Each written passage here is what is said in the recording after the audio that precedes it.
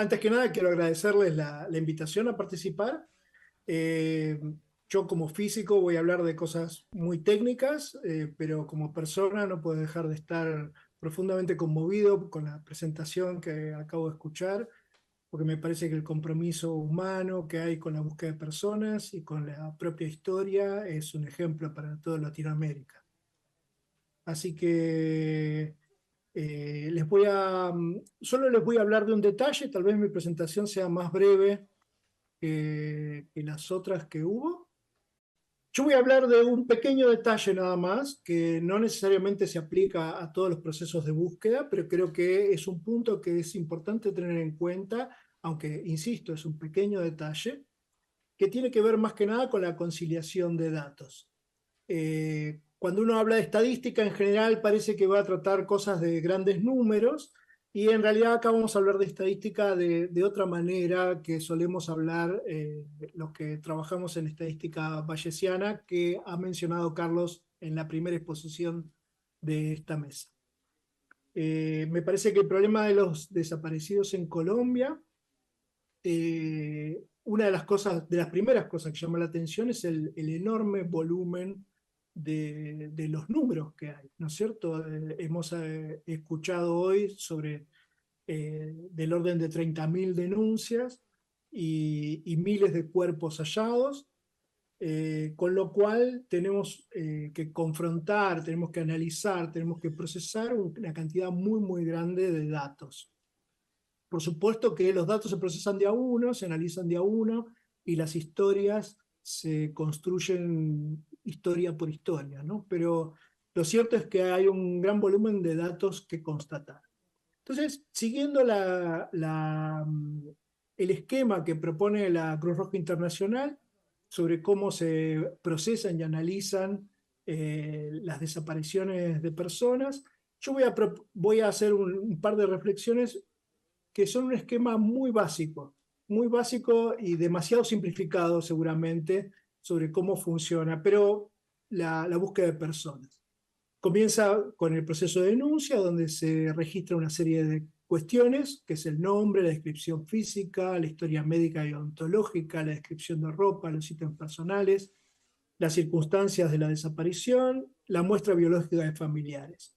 Esto es lo que suele ir a parar a una base de datos, eh, pero no es lo único que hay. Hay un montón de otros contactos, historias, hay cosas que tienen que ver con el contexto y que son historias que no terminan de estar en una base de datos y que van a ser indispensables en el proceso de identificación, porque una vez que uno encuentre un candidato en la base de datos va a tener que recuperar la historia completa a través de las asociaciones de familiares, de la gente que tuvo algún contacto, o de las familias sociales, como acabo de escuchar.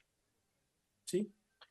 Eh, Luego viene un proceso muy complicado sobre el cual no voy a hablar en detalle, que es la búsqueda de restos, que por supuesto tiene que ser orientada a encontrar y no una búsqueda al azar, digamos, pero eso genera una serie de material que va a ser la fuente del análisis forense, que va a generar otra serie de datos.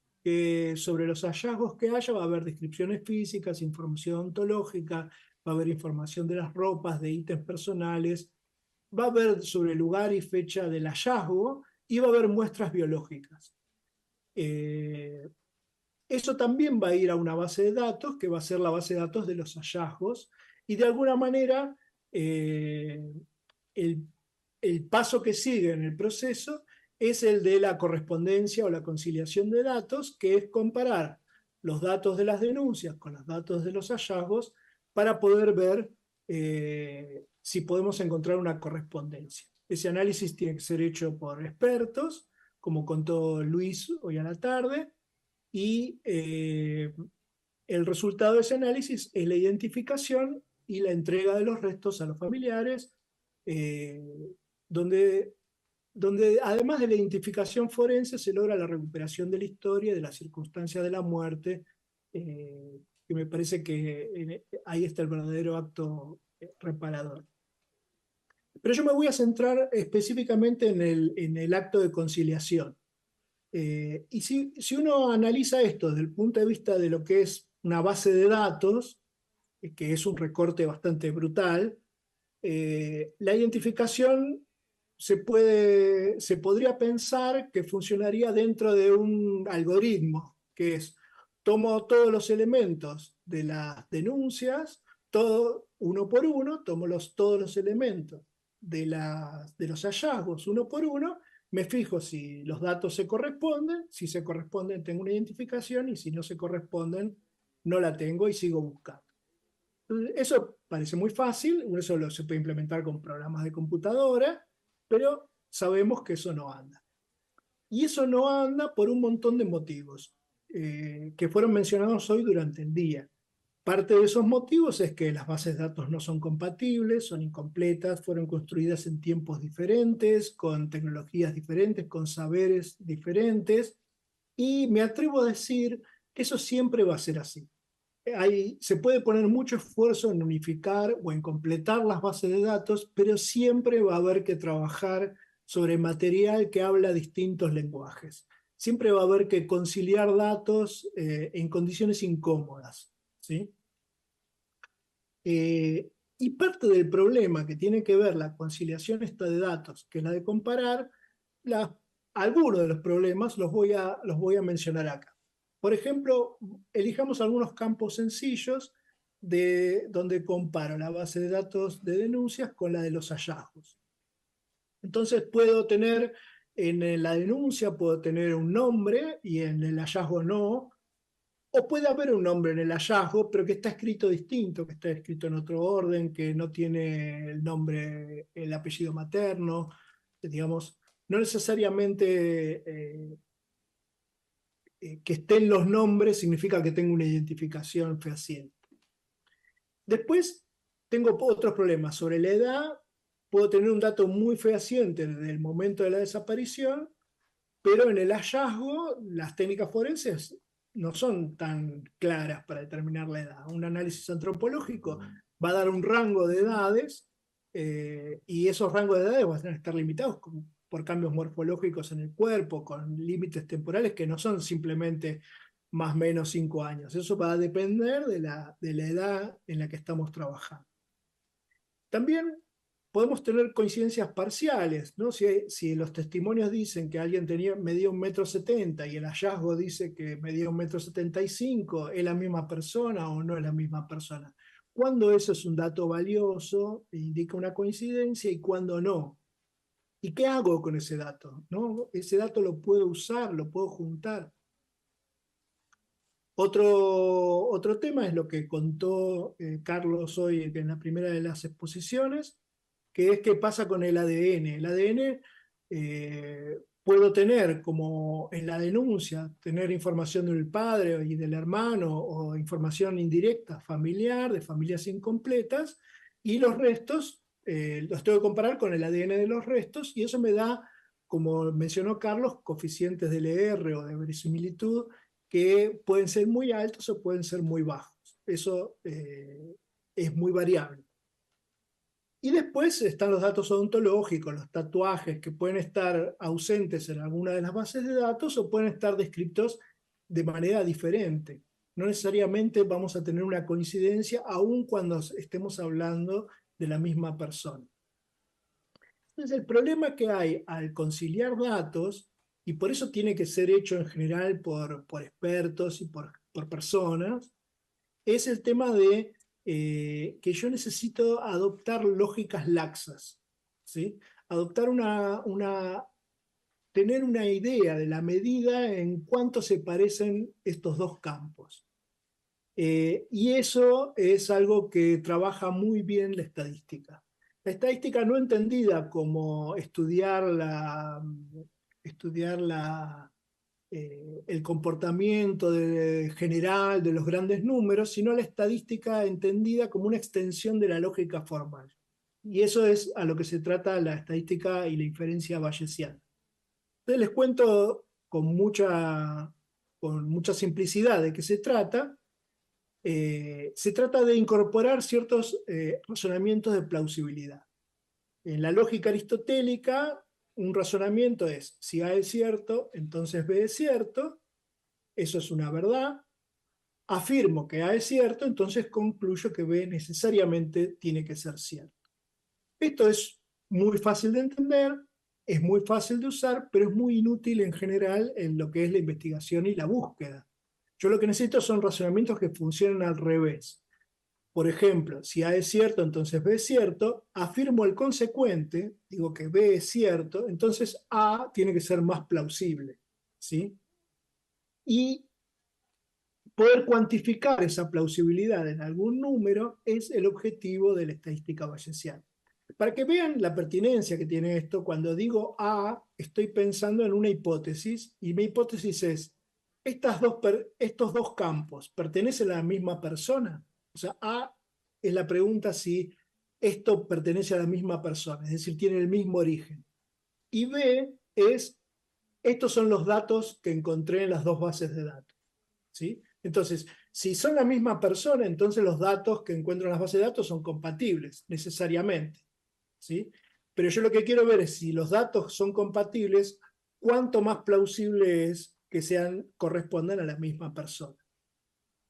Resulta que allá en 1946 hubo un físico, Cox, que demostró que con ciertas reglas lógicas, si yo trato de cuantificar una plausibilidad para hacer este tipo de razonamientos, tiene las mismas reglas de funcionamiento que las probabilidades estándar, ¿sí?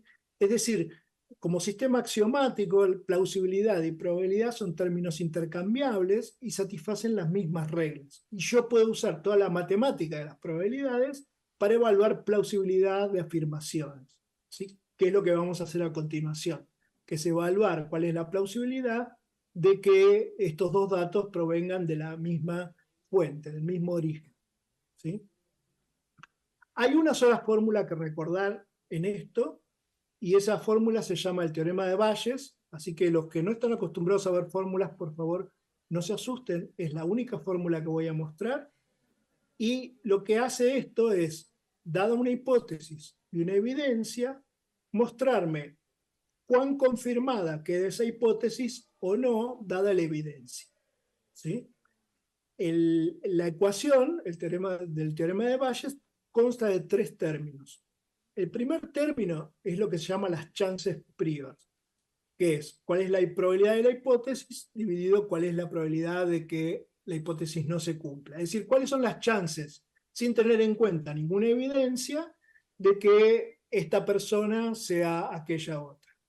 Carlos lo manejó muy bien, diciendo que es el número de víctimas posibles, ¿no? Si tengo un accidente de aviación donde había 100 personas, ese cociente va a dar 1 en 100, ¿sí? Y esas chances prior se van a convertir en las chances post, que es cuál es la probabilidad de que estemos hablando de la misma persona, dada una cierta porción de evidencia. Esa porción de evidencia puede ser el ADN, puede ser que yo tenga las alturas de las dos personas y quiera ver cuán compatibles son. Es decir, tener la altura de las dos personas va a aportar o no aportar en reforzar que las dos personas estamos hablando de la misma persona. Esas serían las chances post.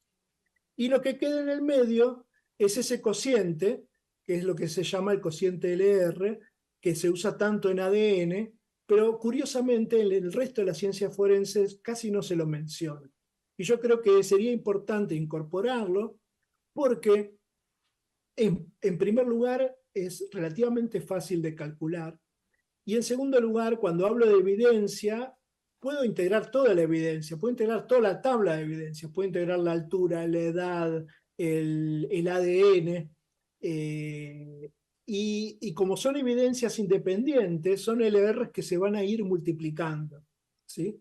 Entonces yo puedo tener una evidencia insuficiente desde lo que es el ADN, pero si me coincide la edad, me coinciden datos me coincide un tatuaje y después uso ese dato para analizar las circunstancias, eso puede llegar a constituir una identificación positiva, ¿sí?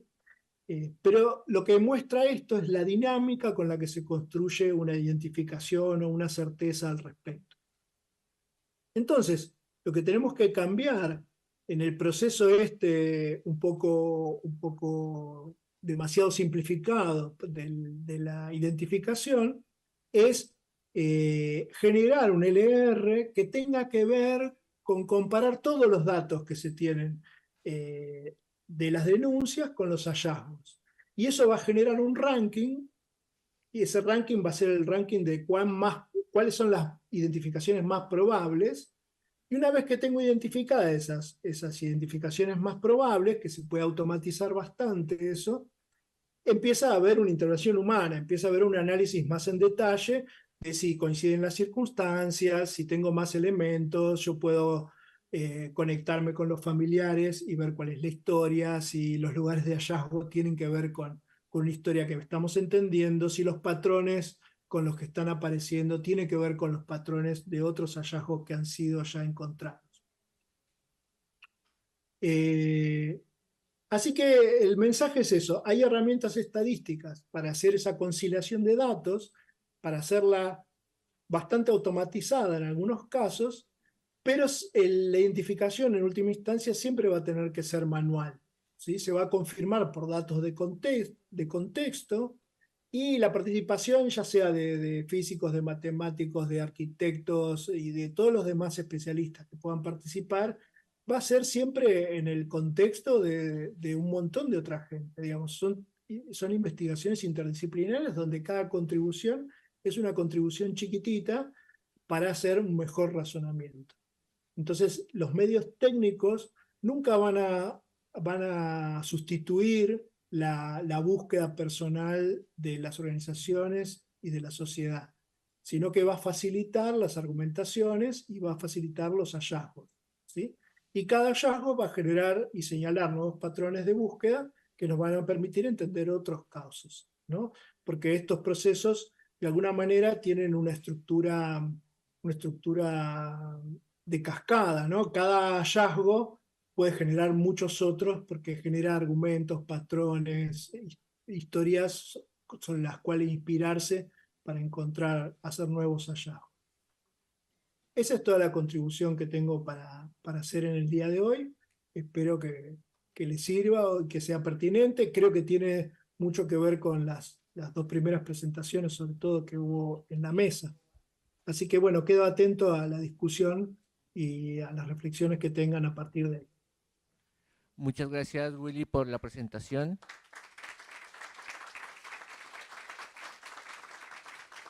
Yo recalcaría dos puntos y creo que lo podemos conectar muy bien con lo que comentábamos con la presentación de Juan. Y es, por ejemplo, Willy nos demuestra que, digamos, esta nueva visión o esta nueva forma que podríamos aplicar para poder comparar datos es solo traer un conocimiento que ya existe a esta problemática. O sea, no nos va a costar millones aplicar el teorema bayesiano a nuestras dificultades en identificación. Lo único que necesitamos es una persona como Willy que nos venga, nos enseñe, o una persona con experiencia que venga y nos enseñe. Entonces, eso tal vez es un ejemplo más de que innovar no necesariamente es dinero o recursos, sino es simplemente recurrir a lo que otras ciencias seguramente llevan años o mucho más aplicando a sus problemas. Y otro aspecto que me parece interesante y creo que es importante, y creo que lo compartimos, la posición, por lo menos muchos forenses, es que la identificación siempre será manual. Y eso creo que es una idea que es interesante cuando hoy estamos escuchando tanto sobre identificaciones masivas.